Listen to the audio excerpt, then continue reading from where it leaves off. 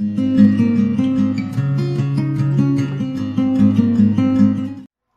good afternoon po mga katropa. Ito na naman po si Jocas at isang magandang hapon po sa inyong lahat.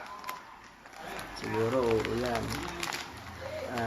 Bagong lahat, hindi ko pa nakasubscribe sa channel ko, don't forget to click the like button and hit the bell and subscribe for more of my video updates. Kwento ko lang sa inyo itong delivery from Lazada. Ito po, naka-order na kasi ko nito. Ito, nung una nakita ko okay naman yung item, tsaka cute siya, so umorder uli ako. 1 week ang delivery niya at ito po, dumating kanina lang. Naka bubble bath, same store din po ito, galing Lazada. So ang presyo po nito 199. Ito po siya, 199. And mamaya po ipopost ko kung ano ang code nitong item na to, tsaka yung pictures niya,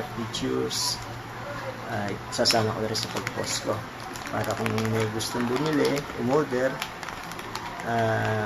try nyo rin. Sino yung wala pa, ito po siya. Okay yung packing, naka bubble pack. Delivery, okay din, 1 week. And ito na, dumating. Ganun din po ito, kagaya ng unang item na dineliver. Ayan.